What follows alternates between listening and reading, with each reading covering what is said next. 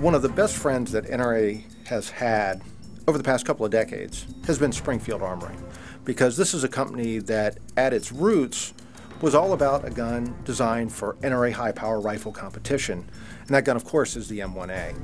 And when you would go out to Camp Perry when the national matches were held there, Springfield Armory always had a big booth. And my first memory of walking in there was just a rack of M1A rifles. I wanted every one of them.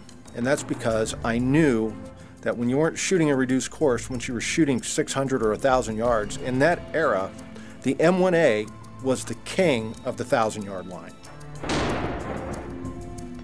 When we talk about Springfield Armory's M1A, we got to start with the M14.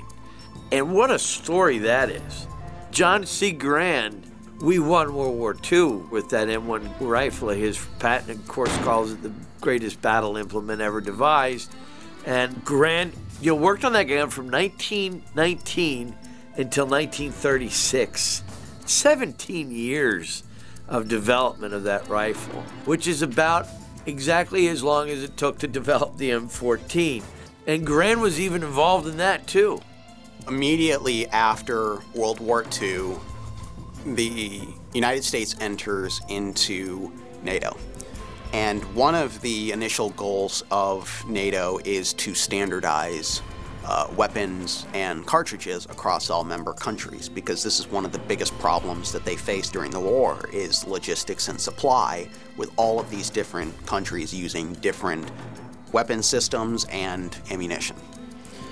So this is where the stage sits in the 1950s, when, in particular, the United Kingdom and the United States are looking at potential service replacements. And there's a deeper story in the selection of what ultimately becomes the US M14 in some of the early trials in the 1950s. But suffice it to say, the British settled on chambering their service arm for the 7.62 NATO, and some of the early concepts of the adoption of a new service rifle centered around the FAL. And the British ultimately do adopt the FAL as the L1A1 SLR, but minds at the United States Ordnance Department decide otherwise, and there's a great desire on the part of many to retain a design that is designed and built in the United States. What this ultimately becomes is a refinement of the M1 Garand. And in fact, John Garand himself comes back as a contractor and helps in the modernization of the T-44 prototype, which is eventually adopted as the M14 and is officially made the U.S. service rifle in 1959.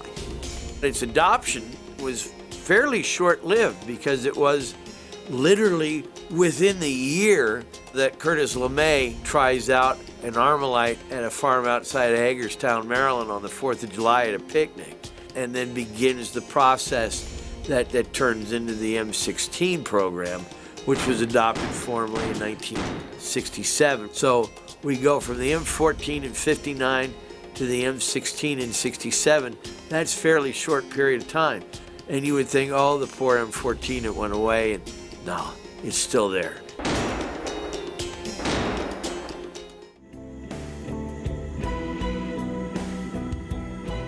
The M1A was a special situation that hadn't really occurred before, which was to say that previously rifles that had served in the military had been bolt-action rifles, or in the case of the Garand, had been semi-automatic self-loaders. The M1A was the civilian answer to a solution which was created by the problem that the M14 was deemed a machine gun by ATF, and was, in an attempt to make it more palatable as a semi-automatic civilianized competition gun, it was deemed by the Director of Civilian Marksmanship to having been too modified to be an accurate representation of the full auto gun. So it was a unique situation, and there were several individuals who sought to take advantage of the fact that parts for M14s were available on the surplus market following the closure in 1968 of the U.S. Springfield Armory in Massachusetts.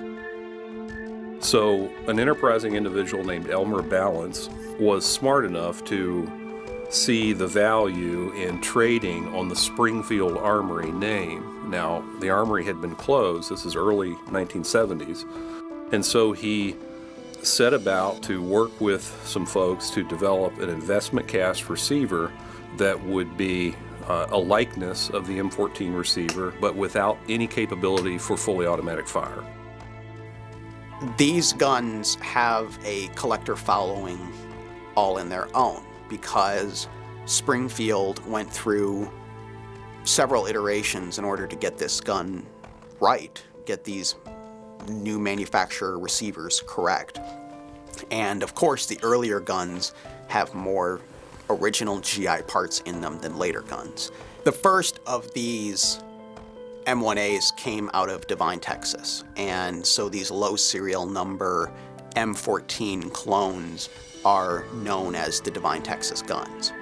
And as the Reese family gets involved in this process, and as they continue refinement of the design, you start seeing serial number ranges that collectors prefer on these guns. And the golden period of the M1A M14 clone is kind of considered to be within the 40 to 70,000 serial number range. But these guns continue having GI parts in them long after that serial number range, and they continue the lineage and the legacy of the M14 design to the present day. As the M1A has evolved, they've been in continuous manufacture by Springfield in Geneseo, Illinois, and you have your standard gun, you have your national match, you have your super match. One of the coolest M1As I ever saw was a tribute to Carlos Hathcock called the White Feather. And these are all long-range precision guns. But then Springfield started doing different things. They started shortening the guns up, changing the handguards out. You ended up with the Scout. You ended up with the Scout Squad. I think the culmination of a role not originally intended for the M1A came with the SOCOM. And this is a 16-inch barreled M1A with a very effective muzzle brake on it. And it's fairly lightweight, it's fairly handy. All the controls are the same, and you just have a shorter barrel. Then you end up with the SOCOM 2 because the tactical world had changed. Now you needed Picatinny rail. You needed to be able to hang things off your gun. And so you end up with all these rail sections, so you can have extended optics. You can put the bipod on the bottom, you can put a flashlight on it. Probably something that John C. Garand didn't see coming when he came back to Springfield to help finish the M14. The M14's fundamental layout and design, an excellent set of sights with a lot of sight radius, an excellent trigger that is tunable, a method of attaching to the stock in which the bottom and the top part of the action are clamped together, and a cartridge that's inherently accurate and that, despite the fact that it's fairly powerful, is in a 10-pound rifle very shootable for a person so trained and with the appropriate gear on to compete in high power. So despite the fact that it was developed as a machine gun to replace 5 other guns for the military, all of its characteristics lent it qualities that allowed it to be quite serviceable in civilian high-power shooting.